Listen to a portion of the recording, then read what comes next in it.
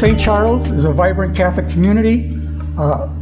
We service Imperial Beach in South San Diego. We're also the most southwest parish in the United States, so we hold that distinction, and we were established in 1946. Among our groups, we have Swiss, Mexican, Filipino, Asian, African, Irish, and many others, so everyone's included. We create a Christian atmosphere focused on virtue, faith, hope, and love. St. Charles School, where Christ is the center of every classroom, was established in 1948, 2 years after the parish opened. Have 197 students in kindergarten through 8th, and we also had a preschool which opened last September.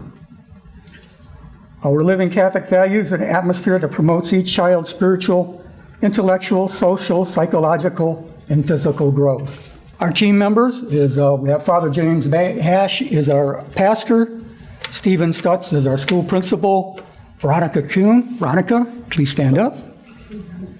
She's our office and facilities manager. Norma Villalobos is our school office manager, and yours truly. For a sustainability definition, if you remember right, the waxy representative had Psalm 24 up. I like that on the basis of what it says, but also, I don't know if the state really thought about Title 24 went with Psalm 24. So, and we all know what Title 24 is that we didn't know 6 months ago, all right? So being good stewards of our resources and cutting costs to use limited funds in other areas to better our parish community. Our vision and mission: to reduce energy, conserve water, coordinate supplies, purchasing, and change the culture of the parish and school to be better stewards of our resources through education. Our big goals is water conservation, energy reduction, recycle plastic bottles and aluminum cans, and share school resources. Our business case: reduce cost of utilities, use limited funds elsewhere to assist the parish community, which I mentioned. With 4 years of drought upon us, we need to cut back on our water use and need to do better at recycling to avoid possible fines in the future. And that's the key thing. When the lady from San Diego was here and said, hey, in the near future, we may have to start fining people. So we need to start getting more of our recycle. And we've heard the 50% ratio put out that we're supposed to be following now by a city mandate. Our objectives are to reduce water consumption by 25%. Originally I had 20%. But in keeping with the governor's recent announcement, figured we better be in compliance with that. Looking at reducing energy use 3% annually for the next 5 years, 20% reduction in waste disposal, and once again, share school resources. I'm glad I am following Blessed Sacrament. Ann and your group, thank you for my lead-in. We were talking about sharing resources. Currently, all our schools fall under the parochial model of schools, where the parish is responsible for each individual school. In case you haven't heard, I'm pleased to announce, I know Mary knows, the principal of St. Mary's, we are establishing the Fiat Catholic Schools, the South Bay Catholic Schools Consortium. And we're planning on saving on purchasing and sharing all our resources. We've established Fiat Catholic Schools. It's 6 Catholic schools in the South Bay partnering to share resources. We get the word fiat from Mary's fiat, saying let it be, and it's also our acronym for Faith, Innovation, Academics, and Team. And there's more information, and I do have a handout I'll give out later with the website on it. It's www.fiatcatholicschools.com. As I said, St. Michael's Academy, St. Rosa Lima, Our Lady of Mount Carmel, St. Pius X, St. Charles School, and Juan Diego Academy, which is opening in August, are going to be part of the consortium. And in the next, it's already been established, and in the next 6 months to 2 years, we're going to be implementing different strategies and policies to carry that out. We're going to be saving and ordering supplies, sharing resources, and that includes administrative, in-service training, anything you can think of where we can save money by 6 schools working together, we're going to accomplish that. We're going to try to standardize the curriculum. Well, we are overall 6 schools, and we're going to use the STEAM model, but we're adding in R and making it stream, adding R for religion. So you have science, technology, religion, engineering, arts, and math. It's to be less for each individual parish to bear alone. And the key thing that we're doing here, Steve Stutz is going to be the director of the consortium. He has been checking back east whether some of these are already going on. And one of the key issues were they've kind of got away from the clergy being involved. We're keeping all the pastors as the board of directors. And actually there's 11 schools in the South Bay. 6 schools in the South Bay, but 11 parishes. Even the pastors who don't have a school are supporting this. They have some children that are attending the Catholic schools, and with Bishop Florey's desire to support every children having a Catholic education that wants one, they're on board with that. Also, there is a 1.5-hour video online, which was Steve Stutz's presentation to the parents on March 26th, explaining the Fiat schools and answering questions. Some of the examples he gave that we'll benefit from. Number one, we had a large, substantial grant from a national institute to help getting the consortium started, which if it was just one school, there's no way we would have ever gotten. He recently had the Xerox rep come out because we need a new copier at St. Charles School. And of course, he gives you the price for one. And Steve goes, wait a minute, you don't understand. I'm talking about 6 schools. If the parishes get combined in their Catholic religious classes, now we're up to 24 or 30 copiers. Guess what? They're willing to talk and make a deal. Ordering textbooks. It's easier if you're changing a textbook, as you well know. One school changes it, get 200, 300 books, you might get a couple hours of training.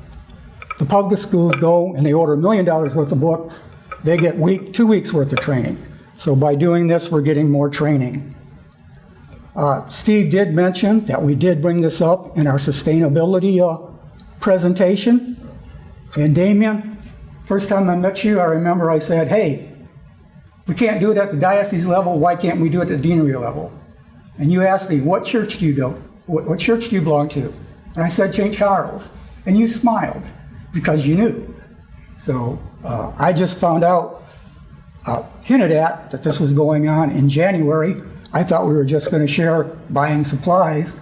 So fortunately, it was announced last month, and I could include it in this presentation. Also, another advantage is a lot of the schools, when the enrollment goes down, they start looking at closing the schools. What they found out is once you close a school, 3 to 5 years later, guess what? You really need that school back again because the dynamics have changed, and it's hard to reopen a school. So we're trying to keep the schools with the lower enrollment still open.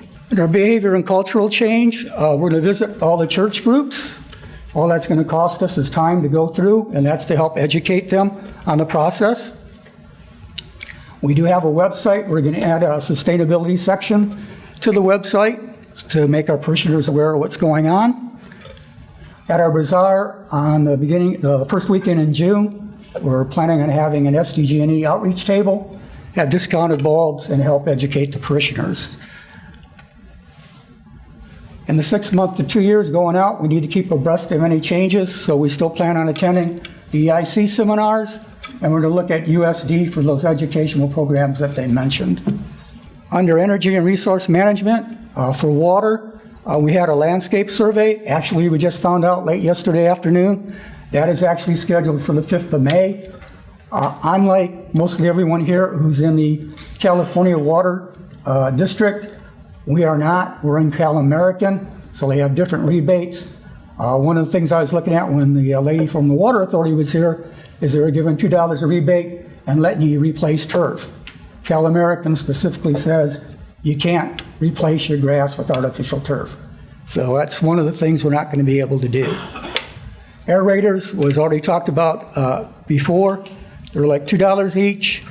The cost savings is only going to be about $80 each faucet, but that equates to 10,000 gallons of water for each faucet you use.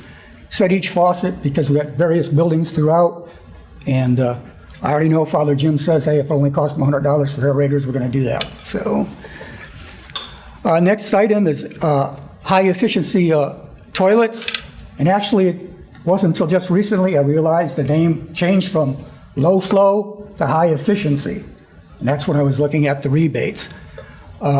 Those cost anywhere from $200 to $800. The reason I put the range down is in our restroom construction, we're going to put in the high-efficiency toilets, but that's being done on a contractor. So I don't know for sure what model we're getting, but we're going to make sure we can get on the rebate. And as Bob mentioned earlier, there's $200 rebates for those high-efficiency toilets. And that basically, from the old models, it'll save you 2.6 gallons a flush, which equates to about 115 gallons a year. We're having a level 2 audit scheduled through SDG&E. We're looking forward to doing that. Mainly, we're looking at exterior lighting and HVAC systems. And as mentioned, we're going to have the SDG&E booth, hopefully. Yes, you are. Okay.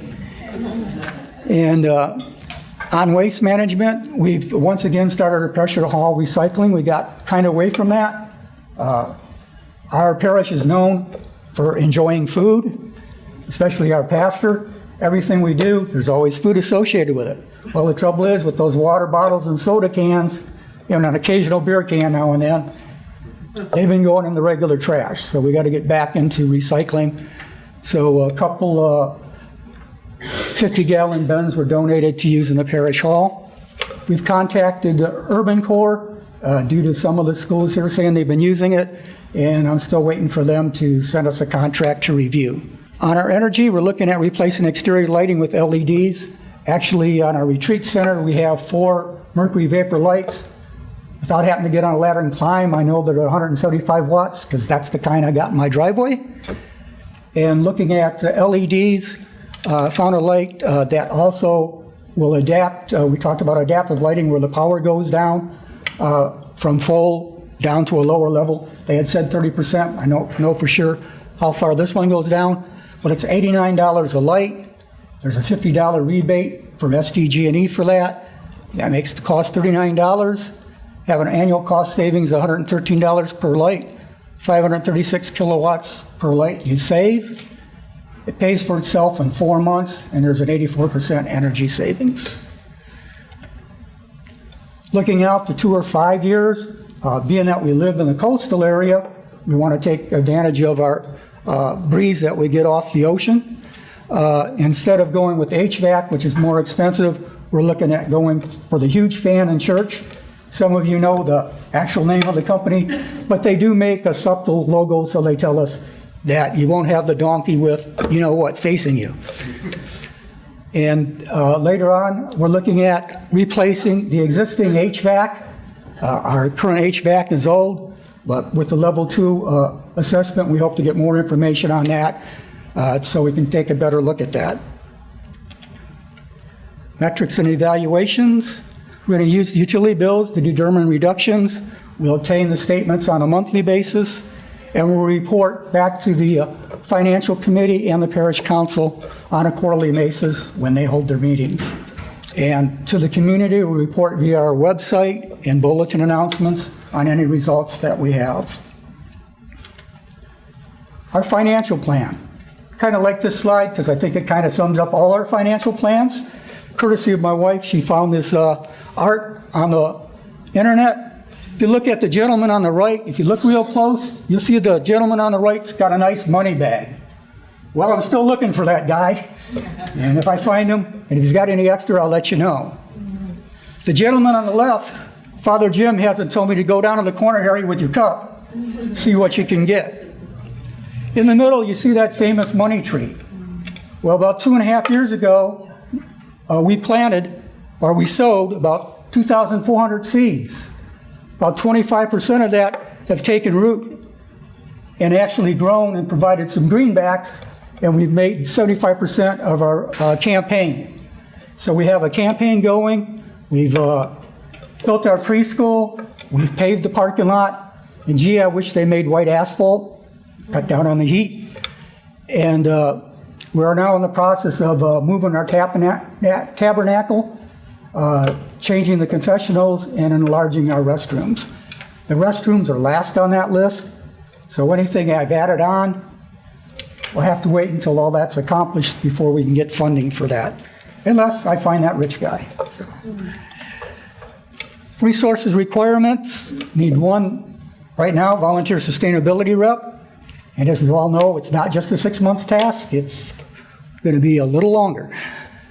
Church maintenance personnel can perform a lot of the tasks we need to do. Parish office facilities manager and the school office manager will be deeply involved in what we're doing. For technology, we do have techs coming out for the water survey by Cal American and SDG&E for the level 2 audit. Finances, I just kind of covered it with the money tree. And the bulletin and website we'll use to communicate, and we'll use the EIC mainly and USD for continuing education to keep abreast of new initiatives. Our largest risk is establishment of the Fiat Catholic schools. Concerns of parents have to be overcome. Director Steve Stoltz did an excellent job at the parents' presentation. He gave well thought out answers, very convincing, and I think we have the right person in the job. And sharing our resources will be beneficial to all. That's just a win-win for everybody. On the downside, regrettably, St. Charles is losing a stellar principal. And he announced his resignation last month. He'll be resigning in July, and we'll get a new principal. There are some risks in the exterior lighting, ensuring desired coverage, but I think that'll work. My main concern is with our high steeples. We may just have to go with dawn to dusk instead of the lower light, because I don't know if it'll sense that high up.